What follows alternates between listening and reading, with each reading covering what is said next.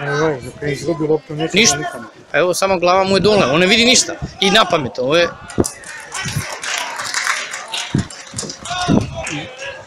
Ti u 25-30 neće ga naučiš, ga nisi sad sa 15 naučio. Nije tada ga naučiš. Jači je Partizan.